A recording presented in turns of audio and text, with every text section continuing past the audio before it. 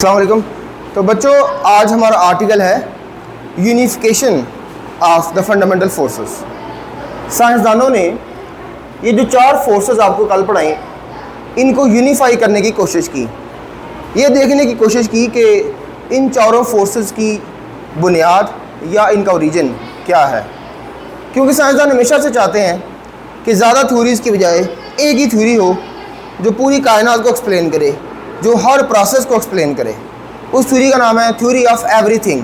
Theory of साइंसदान theory of everything के लिए चीज़ों को यूनिफाई कर रहे हैं, इकट्ठा कर रहे हैं, कंबाइन कर रहे हैं। जब भी साइंसदान दो या दो से ज़्यादा फोर्सेस को कंबाइन करके एक फोर्स बना लेते हैं, इसको हम यूनिफिकेशन ऑफ फोर्स बोलते हैं। क्या बोलते हैं? और फोर्स की यूनिफिकेशन हमारे एक पाकिस्तानी साइंसदान ने भी की है, जिन्होंने दो फोर्सेस को इकट्ठा किया है, जिन्होंने ये साबित किया कि इलेक्ट्रोमैग्नेटिक फोर्स जो आपको मैंने कल पढ़ाई और वीक न्यूक्लियर फोर्स जो बीटा डिके की रिस्पॉन्सिबल थी, उन दोनों को कंबाइन करके मतलब कि एट हाई एनर्जीज उसने पता लगाया कि ये दोनों फोर्सेस दरअसल पीछे से एक ही फोर्स है, और उसका नाम उसने रखा इलेक्ट्रो वीक फोर्स। क्या रखा? पहले दो फोर्सेस थी, इलेक्ट्रोमैग्नेटिक फोर्स अलहदा और वीक न्यूक्लियर फोर्स अलहदा, और हाई एनर्जीज पर ये दोनों फोर्सेस सिंगल फोर्स के तौर पर बिहेव करती हैं। ऐसा प्रूव किसने किया? एक पाकिस्तानी साइंसदान ने, जिसका नाम है डॉक्टर अब्दुल सलाम। ये सब बातें आज हम पढ़ेंगे इस आर्टिकल में, जिसका ये छोटा सा आर्टिकल है बेटा, शॉर्ट क्वेश्चन में आ जाता है। तो पहला सवाल यही लिखा है कि why unification is needed. Unification वैसे होती क्या है, पहले ये सुन लें। यूनिफिकेशन का मतलब होता है combining two or more forces into a single force. दो या दो से ज़्यादा फोर्सेस को कंबाइन करके क्या बनाना? सिंगल फोर्स बनाना। और इसकी ज़रूरत बेटा क्यों होती है? हम इसकी मदद से यूनिफाई करके चीज़ों को, हम नेचर को आसानी से सिंपलर अंदाज में और डीपर वे में समझ सकते हैं। वो कैसे? जब साइंसदानों के पास दो थ्योरीज होती हैं ना, दो अलग अलग नज़रियात होते हैं, तो वो सोचता है कि पता लगाते हैं कि ये दोनों नज़रियात क्या पीछे से किसी एक नज़रिए या एक सोच से आए। अगर ऐसा हो तो उनके लिए चीज़ों को समझना ज़्यादा आसान हो जाता है। इसीलिए साइंसदान सिर्फ एक ही थ्योरी चाहते हैं जो बाकी तमाम थ्योरीज की माँ हो, जिसकी वजह से तमाम थ्योरीज बनी हों। उस थ्योरी का नाम इन्होंने रखा हुआ theory of everything. Theory of वो बनाना चाहते हैं। इसके लिए उनको कुछ काम भी करना पड़ेगा, और इस काम में शामिल है कि चीज़ों को यूनिफाई करना पड़ेगा। जो अलग अलग बिखरी हुई चीज़ें हैं उनको इकट्ठा करना पड़ेगा, अलग अलग थ्योरीज को एक थ्योरी बनाना पड़ेगा। तो बेटा इसी तरह का एक काम हो चुका है पाकिस्तानी साइंसदान की तरफ से। इसके साथ और भी दो तीन साइंसदान थे, लेकिन पहले ये समझ लें कि आखिर ये थ्योरी, ये यूनिफिकेशन करना क्यों ज़रूरी होता है। To have one theory that explains different phenomena. आप चाहते हैं कि आपके पास एक ही थ्योरी हो, भले फिनोमेना डिफरेंट हो, प्रोसेस अलग अलग हो, लेकिन एक ही थ्योरी हो। तो इसके लिए आप लोगों को यूनिफिकेशन करनी पड़ती है। क्या करनी पड़ती है? एट वेरी हाई एनर्जीज, जैसे स्टार्स में या जैसे बिग बैंग के दौरान थी। बिग बैंग क्या होता है? एक ऐसा धमाका जो कायनात के बनते हुए हुआ था। शुरू में ये पूरी कायनात एक नुक्ते की मानद थी, फिर अल्लाह ताला ने हुक्म दिया और ये एक बड़े से धमाके की वजह से ये पूरी कायनात फैल गई, अभी तक एक्सपेंड कर रही है, फैल रही है। उस वक्त एनर्जी बहुत ज़्यादा थी। These forces behave like one force. तो ये फोर्सेस उस वक्त वन फोर्स थी। क्या थी? अब साइंसदानों का ये मानना है कि ये जो चार अलग अलग फोर्सेस हैं, ये पीछे से कोई एक ही फोर्स है, पीछे से कोई, लेकिन अभी तक डिस्कवर नहीं कर पाए। लेकिन अभी स्टेप्स जारी हैं। अभी आपको आस्ते आस्ते बताता हूँ आगे कि किस किस ने किसको यूनिफाई कर दिया है। कल आपको मैंने बताया था कि इलेक्ट्रिक फोर्स जो अलहदा पढ़ाई थी आपको, जो चार्जेस के दरमियान लगती है, और मैग्नेटिक फोर्स जो मैग्नेट्स के दरमियान लगती है, उन दोनों को इकट्ठा किया गया। मैक्सवेल ने किया। किसने किया? जेम्स क्लर्क मैक्सवेल ने इन दोनों फोर्स को इकट्ठा करके क्या बोला था? Electromagnetic force. क्या बोला था? इसी तरह से साइंसदान बाकी फोर्सेस को भी इकट्ठा करके सिंगल फोर्स बनाना चाहते हैं, ताकि कायनात को समझना, अल्लाह ताला की कुदरत को, इस नेचर को समझना और आसान हो जाए। ठीक है? Unification is a big step towards the theory of everything.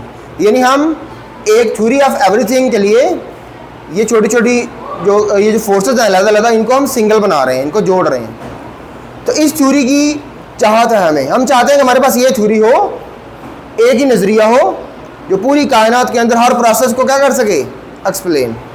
यानी बहुत सारी फोर्सेस को एक फोर्स बनाना, ये क्या कहलाता है, यूनिफिकेशन। क्या कहलाता है?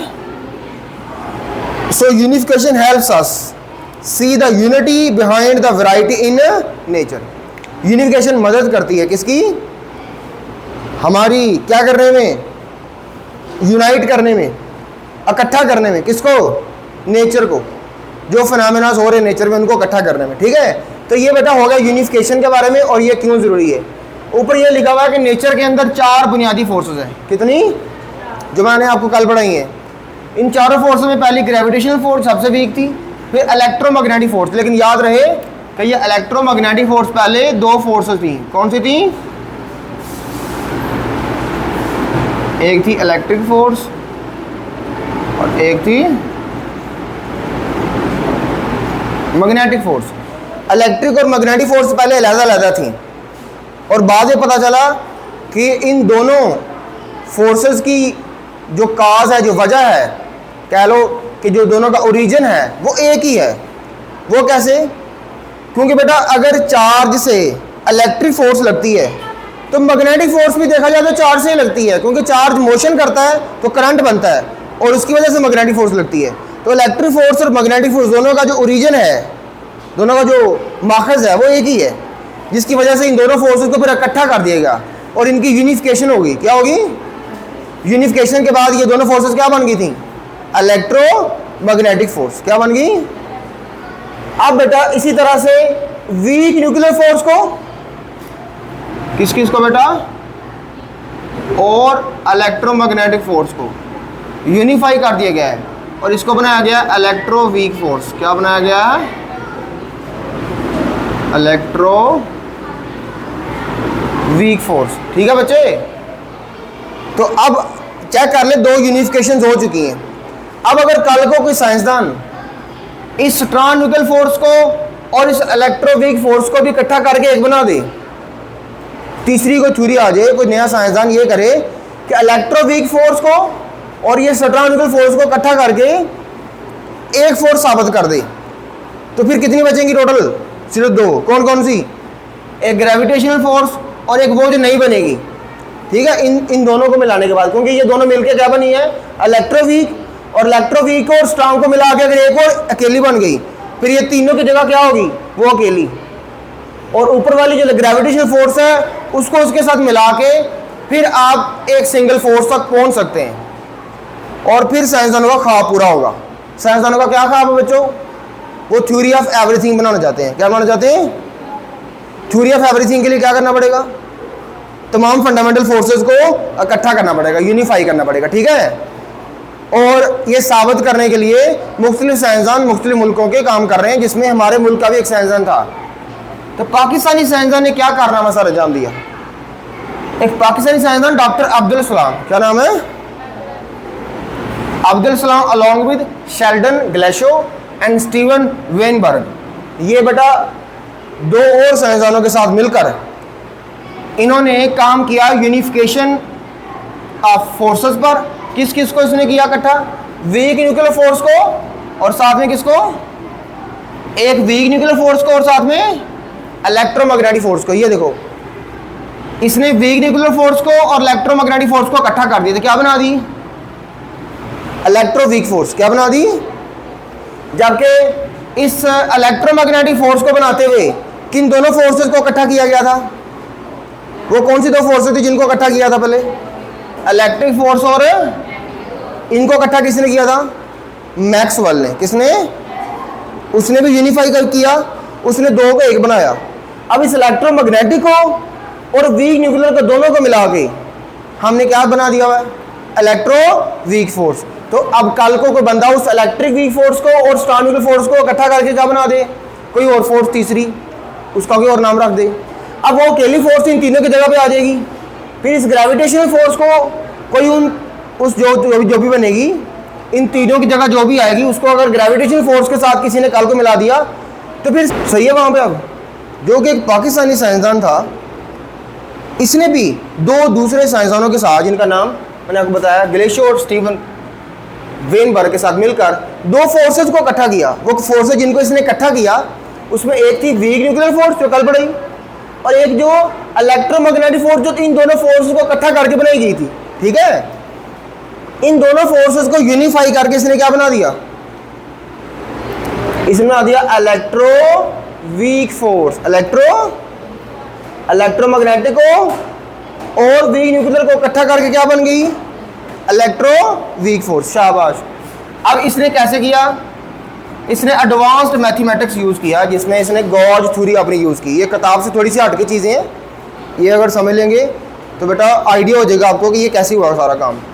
इसने गॉज थ्योरी इस्तेमाल की थी और इसने बेटा ये शो किया कि ये दोनों फोर्सेस आर डिफरेंट पार्ट्स या एस्पेक्ट्स यानी पहलू हैं ऑफ वन इलेक्ट्रोफिक फोर्स।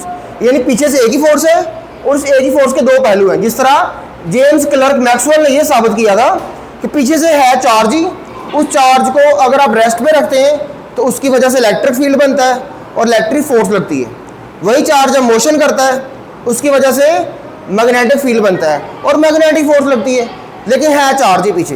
कौन है, चार्ज। दोनों फोर्सेस की वजह चार्ज ही था, इसलिए उसने दोनों फोर्सेस को क्या कर दिया था, इकट्ठा कर दिया था। इसी तरह इसने भी यही साबित किया कि ये वीक न्यूक्लियर फोर्स और इलेक्ट्रोमैग्नेटिक फोर्स में पीछे वजह एक ही है। और इसने नए पार्टिकल्स प्रेडिक्ट किए, इसने पेशन गोई की। प्रेडिक्ट करना मतलब कुछ पार्टिकल्स क्या कर सकते हैं, इनका नाम इसने रखा W plus W minus and Z bosons. ये कुछ पार्टिकल्स हैं जो आपको बड़ी क्लास में पढ़ाएंगे, फिलहाल बस नाम याद रखने हैं। Which were later found in experiments, बाद में ये यानी जो भी इस बंदे ने बोला वो साबित हुआ। इसी वजह से इस बंदे को नोबेल प्राइज दिया गया। क्या दिया गया, इसके काम पर इस बंदे को जो इसे यूनिफिकेशन की थी, दे वर अवार्डेड। अकेले पाकिस्तानी साइंसदान को नहीं, बाकी दोनों के भी साथ, तीनों को इकट्ठा नोबेल प्राइज मिला 1979 में। कब मिला, तो बेटा डॉक्टर अब्दुल सलाम की कंट्रीब्यूशन अगर पेपर में आ जाए, right the contribution of doctor Abdul Salam, तो आप ये सारा पैरा लिख सकते हैं, कर लेंगे। या सिर्फ इतना तो लिखना चाहिए, एंड वाला लिखना चाहिए, बस बुक पे इतना ही है। अब इस डायग्राम में क्या समझाया जा रहा है, यूनिफिकेशन से पहले आपके पास वीक न्यूक्लियर फोर्स अलग थी और इलेक्ट्रोमैग्नेटिक फोर्स अलग थी। ये दोनों फोर्सेस को अलग पढ़ा जाता था, अलग ट्रीट किया जाता था।